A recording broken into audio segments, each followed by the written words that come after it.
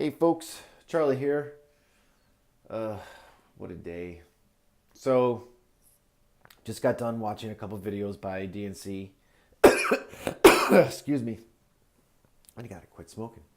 A couple videos by DNC talking about what Mark Waid did with Jawbreakers, how he bullied Antarctic Press into not publishing them.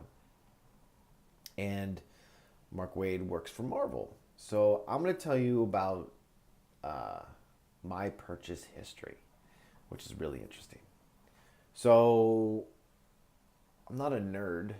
Um, I'm a geek, I guess you could say.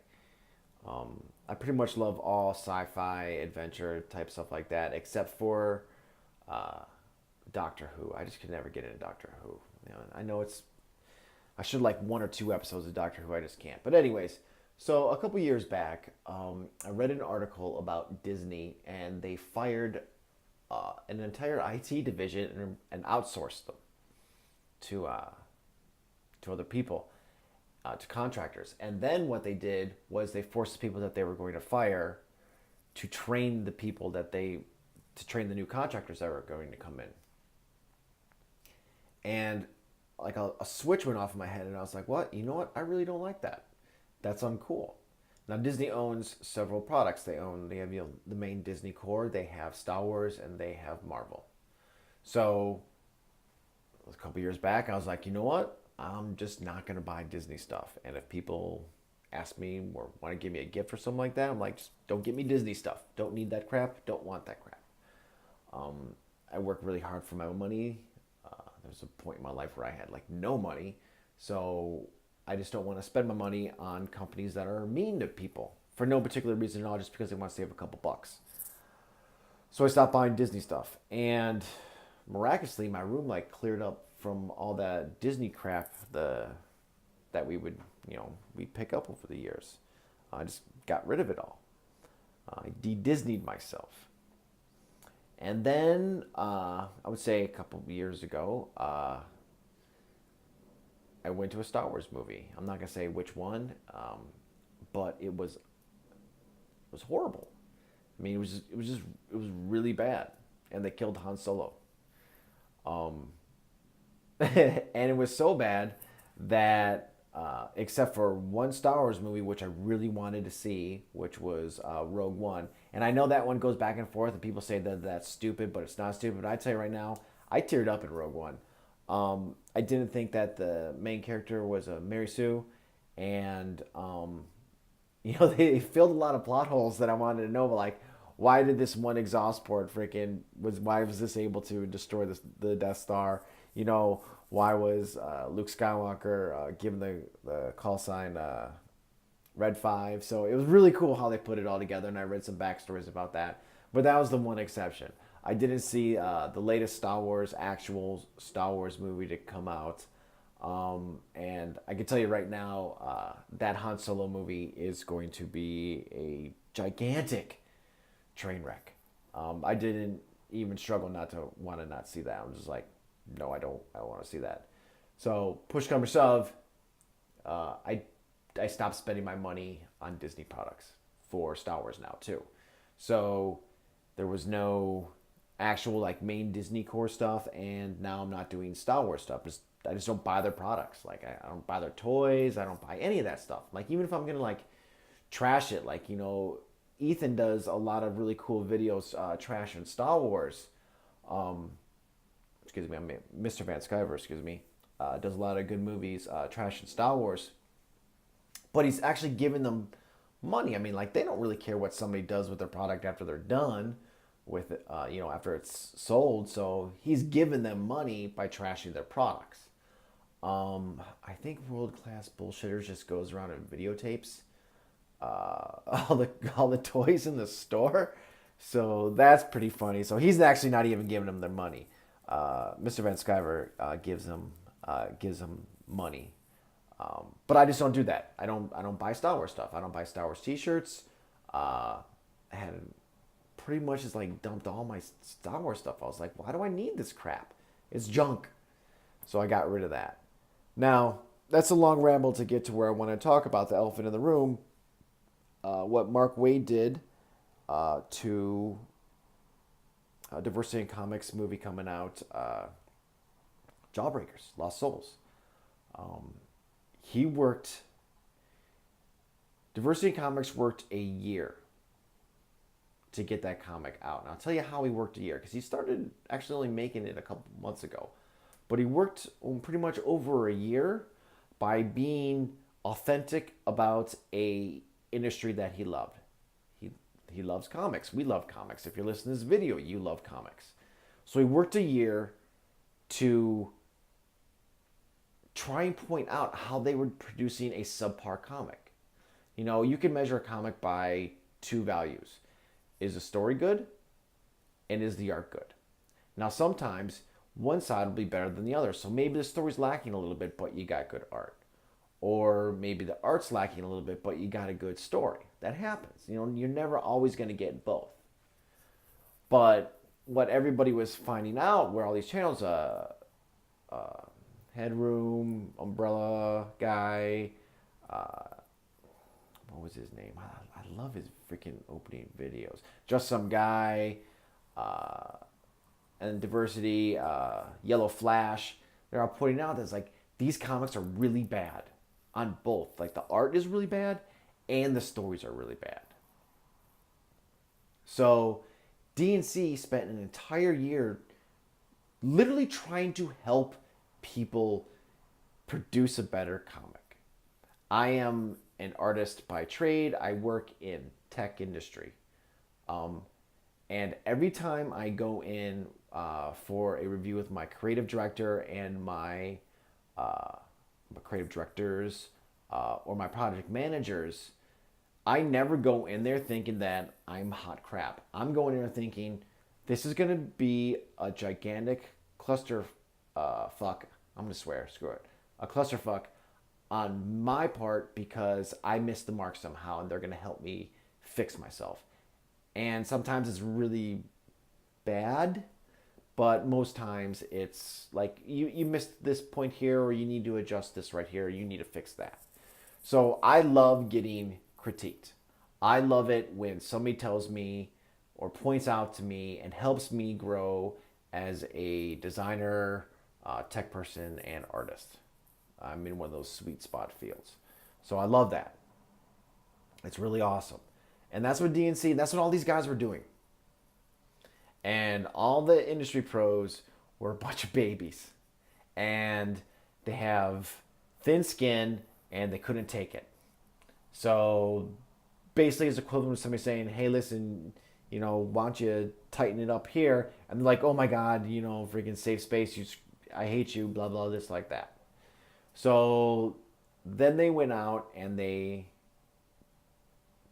I don't know why they even started in the beginning, but, you know, after the campaign was over, they attacked Arctic Publishing through bullying tactics, which, I don't know. If I was part of Arctic, I'd be like, whatever, dude. I mean, I'm still going to publish it. I'm going to make money. People are going to buy this. He's like almost to $250,000. Like, I'm going to publish this thing. I'm going to put it online. I'm going to promote the hell out of it. I don't care what you people say. I'll buy stuff. But, you know, like, I don't know the Arctic Press people, so I don't want to put too much on them. I don't think it's their fault. I just don't think they knew the severity of evil that was going to come out. In the end, though, the main result of this, what happened, is that I review comics, so I actually kind of have to buy comics, but I am going to severely limit the comics that I purchase from Marvel. Severely limit. I'm not going to give benefit of the doubt on a comic, which I usually do on comics, like, oh, this might be good, and I might get screwed, but I don't even review it. You know, I actually like to review comics that I like to help people find good comics, and I've been finding a lot of good stuff from Image for some weird reason. Hopefully they weren't too involved in all this bullying tactic. They probably were, but they're a small fry, so I'm just pretty much going to focus my anger on actual Marvel. So I'm going to buy their comics in a limited fashion just to review one or two. I'm going to spend most of my effort looking at DC comics that are good, and other smaller presses comics that are good. I'm definitely gonna get online. I really like this Indiegogo thing and this Kickstarter thing, and see if I could find good comics in there for me to review. Um, but Marvel crap, like all the other tertiary stuff, like figures and statuines and all that type of stuff, done. Absolutely done. Marvel Comics is not going to get any of my money except for the bare minimum that I need to do to review comics, which is the smallest portion of how they make money. This letting them know, like, they're probably not even listening. They're never going to listen to this video, and it's pretty much just a rant into air. I don't care. It's kind of good just to get things off your chest and then post it on the internet. But yes, so all of Marvel stuff it's done. I'm not gonna go to their movies.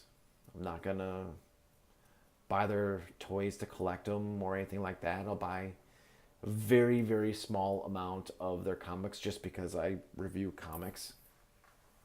Yeah, that's how it is. So they could suck a big one. You know, you guys want to employ somebody like Mark Waid and do something like that? I'll let you know right now. Like, I have a Twitter channel, just Charlie, and what I like to do is I like to send like one-liners with a Marvel comic character to CB Sapolsky. I do CB Sapolsky and Marvel just in general, just to try and like spur their imaginations. Like maybe like try and get like a good story out of them. Like, oh, we forgot about this character, or like, oh, that's a good one line. Like, we can do it like this. But yeah, I've been scaling back on that too, just because I think CB Sapolsky is not. He might not be a true believer. I don't know. I don't know. Multinational billion-dollar companies, freaking whatever. I don't know. On the tail end of this, what Yellow Flash and in one of his videos talked about, or he said he was going to talk about, I'm not sure. I need to get on his channel and make inappropriate comments. But what I definitely said, but what I heard in one of DNC's latest videos was that he's going to start a comic book company. And this is what he needs to do. It's like there's so many people out there clamoring, wanting to make good comics. There is no guarantee. Like I've said this before, there's no reason why Marvel has to be the gold standard. There is none. Not one reason why Marvel has to be the gold standard of comic books. They're not even the gold standard. If you actually want to find the gold standard, it's actually old Marvel before all this crap started. Those $1 books that you buy called True Believers, I bet you those things are selling pretty good. Because we got some good stories in there. So when the characters were actually their characters and they're cool and we weren't getting freaking weirdness. But there's no reason why DNC can say, like, you know what? I'm not just going to do one or two a year. You know, I'm going to build this up. It's going to be one or two a year at the beginning, but I'm going to build this up and I'm going to shove my entire universe down the throat of, well, I'm going to face it, like Image has done them wrong too. You know, Image got some good comics that I've been reading right now, so I'm giving them a pass. It's hypocritical, but they're small.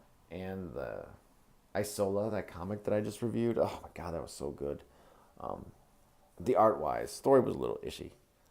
Anyway, sorry, I get off on tangents. But there's no reason why he can't own Marvel. Not actually purchase Marvel, but just be like, everybody like, why Marvel Comics? We got Jawbreaker Comics or whatever he decides to freaking name his publishing company or something like that. It's not that hard to outfox a stupid company. Happens all the time. I personally hope someday to be in that position. Hint, hint. Probably never will. Don't care. As long as I get some good comics to read along the way till I take the long dirt nap. Yeah, they probably shouldn't screw around with the Marine infantrymen. You know, they messed up. They done messed up, and now they're gonna pay for it because he's a little hot under the collar, and So this is a story from Rag. Some of my buddies from Indian Company. Actually, you know what? I'm just gonna say Indian Company. I'm not gonna tell you who else. They came back. They're in Iraq and stuff like that. And I was like, how was it? And they're like, well, it's kind of quiet these days. They're not seeing a lot of stuff. And I was like, why? It's like, well, you know, a couple months ago they got a little hot under their collar, and it was crazy. Like, we're getting shot at like all the time and stuff like that. I was like, oh Jesus, like, you okay? It's like, oh, you know, it was dangerous and we were scared, but the enemy doesn't realize the amount of firepower that a Marine platoon can bear down on them. And I was like, really? He's like, yeah. He's like, dude, one of my fire teams can freaking take a city if they really get pissed off enough. And if you think about DNC and his little comic book crew there, fire team, whether you're in the Army, it's 4, and the Marine Corps, it's 5. There's about 5 dudes, 4 to 5 dudes in a comic book to make a comic book. You know, they might decide, you know, screw it. Just, they might take the whole city. So, all right, I'm going to close this one up. I got a review coming on Destiny 2, The Warmind. I am a Destiny player, and my channel's not strictly regulated to only doing comic book reviews.